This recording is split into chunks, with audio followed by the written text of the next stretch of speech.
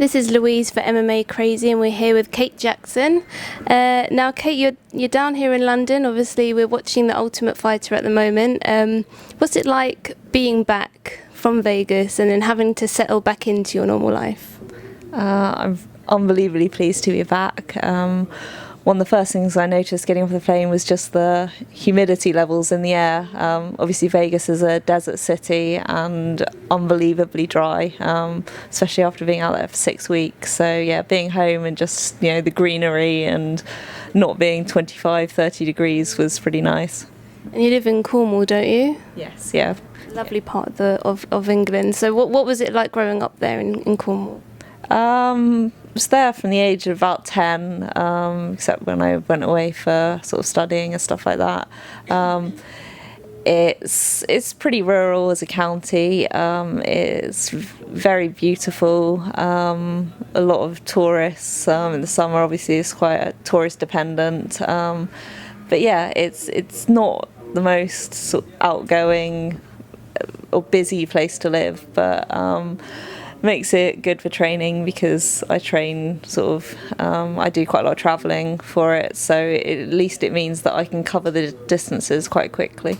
So whereabouts do you go to? Where do you travel to in particular? Most part I train in Newquay and travel to Plymouth as well, so I'm halfway between the two. So, I mean, what's the reaction been like from family and friends? Obviously, we're watching it on our TV screens now. How have they been reacting to it? My immediate family understand the sport now, finally at least, and they understand TUF. So, yeah, they're watching that. My close friends' family watch that every week, and they're finding it a little bit surreal, I think, actually seeing me on a proper program on the TV screen, but yeah, it's more my extended family that I'm having to actually explain the show to them, and that it's not airing live, that it's already happened. It's a tournament, and we already know the results, but obviously as week by week, and that's all we can talk about as it happens. So how did you manage to get into fighting? Where did that start? I started with karate at 15 years old. One of my friends came along with me, and I was supposed to start diving with her in exchange, but that never really happened. So I just kept going, started judo as well, and then doing more sort of submission, grappling, jiu-jitsu, and 8 years ago I started training at Concept Gym in Newquay when it first opened, and a year after that, exactly 7 years ago yesterday, I had my first ever pro fight. Wow. So what made you want to turn pro? Was there a turning point anywhere? Did anyone influence you at all? I was more doing judo's a sort of a live martial art. You're doing it against resisting opponents, so I knew what I could and couldn't do and make work from that aspect. But karate, it wasn't sort of full contact. I mean, any competitions there were, it's not something I particularly competed in, but any competitions there weren't full contact, and it was just wanting to find out what happened when I put it all together and sort of hit someone in the face and they were doing the same to me, like what would actually happen, like how I deal with it, and like evolving skill set under pressure. So it was watching MMA fights, sort of the earlier days of the UK scene, and wanting to try it and see how it worked. So what was your first experience like of MMA then? Like you said, getting punched in the face. What was that experience like for you? I don't ever really having a problem with sparring in the gym.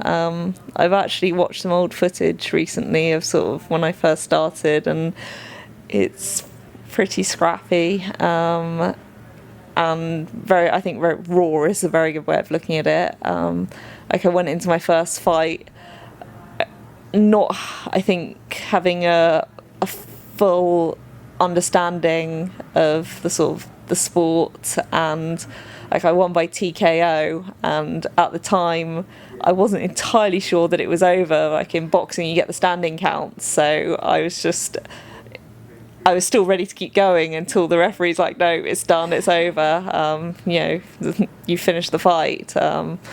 So yeah, it was quite a steep learning curve, because there was just the opportunity to go into amateur fights first. I've had one amateur fight, and that was after I'd had 2 pro fights.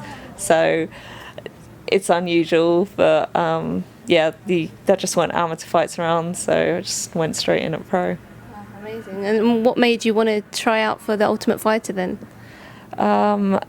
They announced the tryouts November last year, and it was an opportunity that I thought was too good to pass up.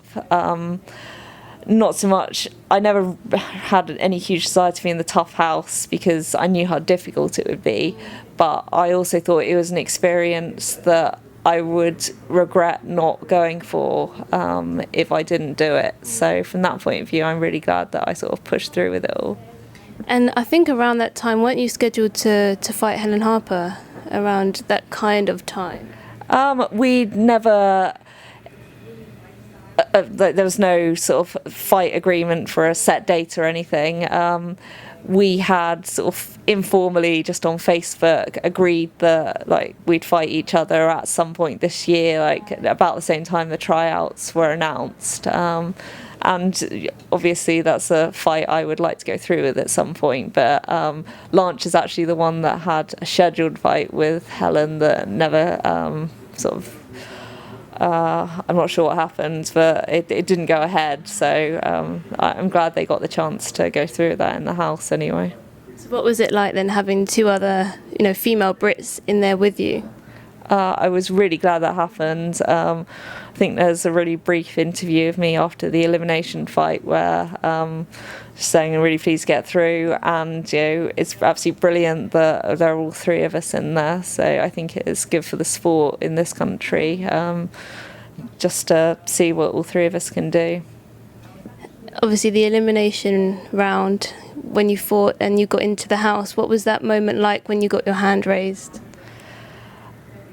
I was really, obviously, unbelievably pleased that I'd won the fight, that I'd won it in a good, dominant manner.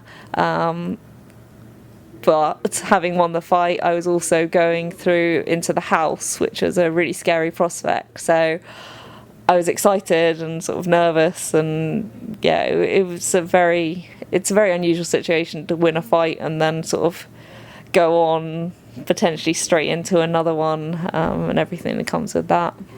What was life like in the house for you? Obviously you had a mix of girls and guys in there, so what was that like?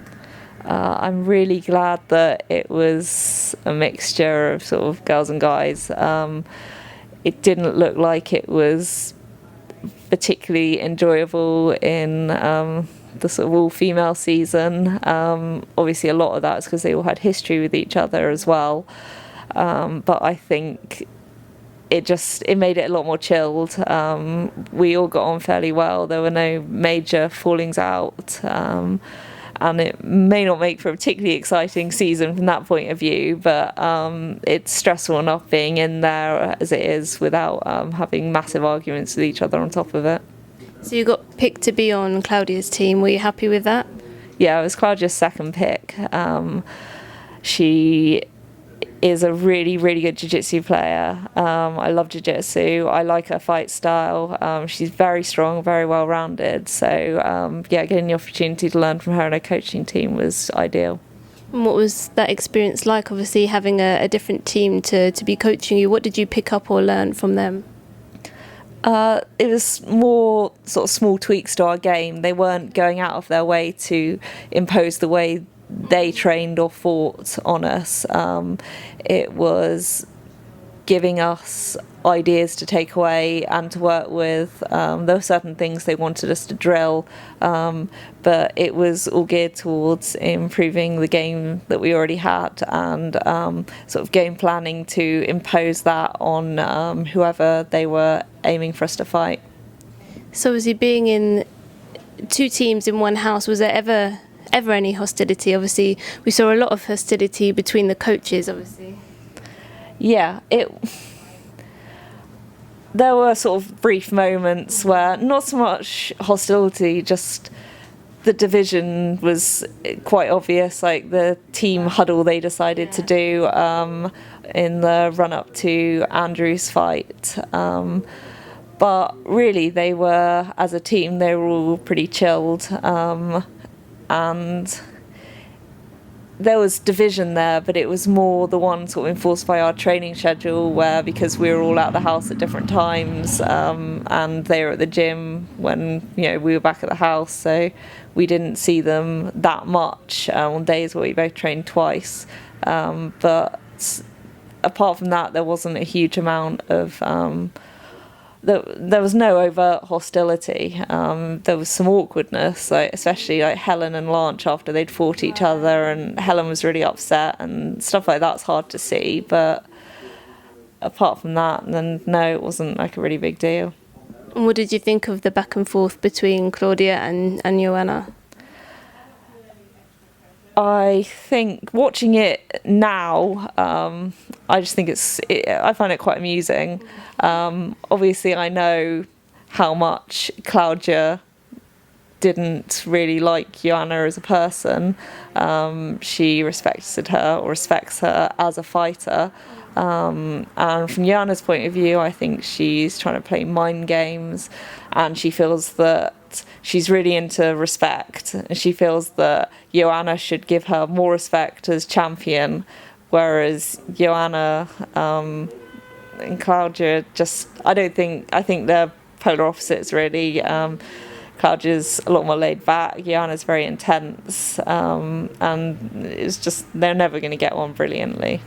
We saw quite an intense training style as well from Joanna and her team. What did you think, obviously, watching that back? From what I've heard and what the Red team have actually said when we were discussing it out there, Joanna just takes it all very seriously, which quite clearly works for her. But the Red team, the guys in particular, were saying that they like to have fun, they like to laugh, they like to joke around, and they weren't allowed to do that, which I think they found hard. And I think it's a good idea.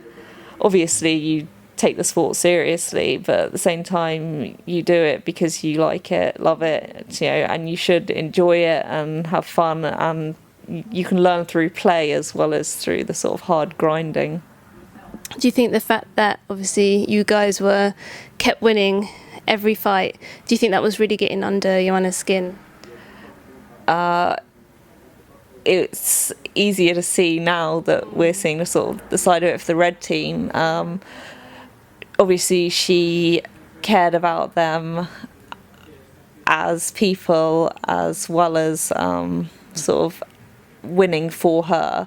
So I think she was taking it out on them because she wanted them to win for themselves as well as just for her own image. But I think it must have been it's a difficult situation to be in, really, because I think we're 5-0 at this point and going into the sixth fight.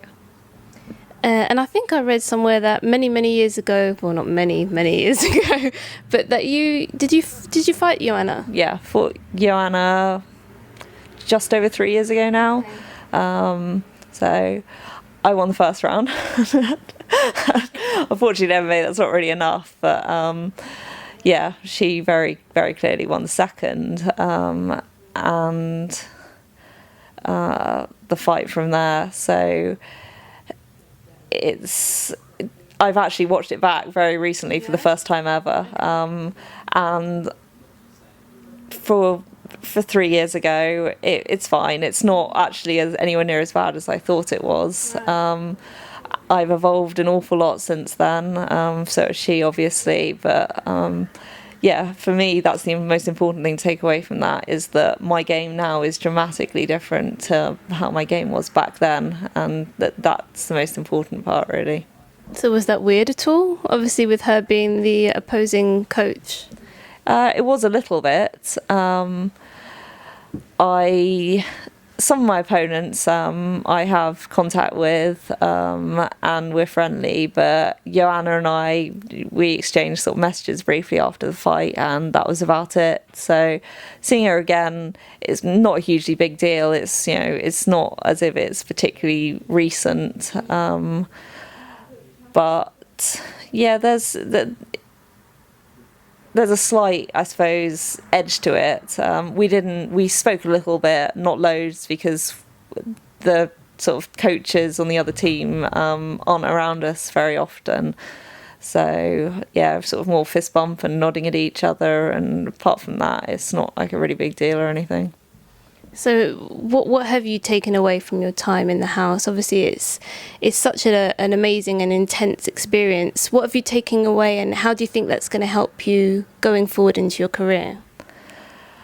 It was one of the hardest things I've done. I'm really pleased I did it, just from that point of view that I really, really pushed myself outside of my comfort zone. I went through an experience that very, very few people, even fighters, are ever going to experience. And I know that I can cope without my coaches and my team, but it also brought home to me how important they are, and I'm glad that I'm back home and that any future fights, I'll have my corners with me. So what kind of goals have you kind of set yourself for going forward? MMA is a really complicated sport. I just want to keep going, keep improving, keep growing, and fight the best opponents I can get matched against, and hopefully keep winning. What do you see in terms of like the strawweight division at the moment? What do you think of the landscape, obviously, in the UFC? I think they're probably going to bring more sort of flyweight into it, which is the weight class I fought at for most of my career. So it might open up the strawweight weight class a bit. So they might bring more fighters into it. I think some of the bantamweights and strawweights that are sort of currently in the UFC will probably either go up or go down a weight class. So it'd be nice to have, obviously there are more than 5 weight classes, but it'd be nice to at least have the 3 middle weight classes in the UFC, and just watch the sport grow. Is flyweight, obviously if that did happen, would flyweight be of interest to you? It's a weight class I can make quite easily at short notice, whereas strawweight takes sort of a lot more work. I can get to flyweight without having to do any weight manipulation, and then obviously to make strawweight I have to do so far. So with the strawweights, is there any kind of, what do you think of the strawweights at the moment, and where do you think you would kind of, slot into that division? I think there are obviously some really amazing people at the top of the division, and then there are the sort of less experienced ones, or ones that aren't ranked quite highly. This is more a case of, if I get in there, to start at the bottom and work my way up, whoever I was matched against. And how much would that mean to you, obviously, to get your first proper debut in the UFC? It would be an amazing experience. More than anything else, I just want to fight. So just being able to go through with that, and that would be the icing on the cake, really, doing it on such a big stage. Okay, well, we look forward to watching the rest of this series. Thank you for taking the time out to talk to us today. Okay, Thank you you. very much.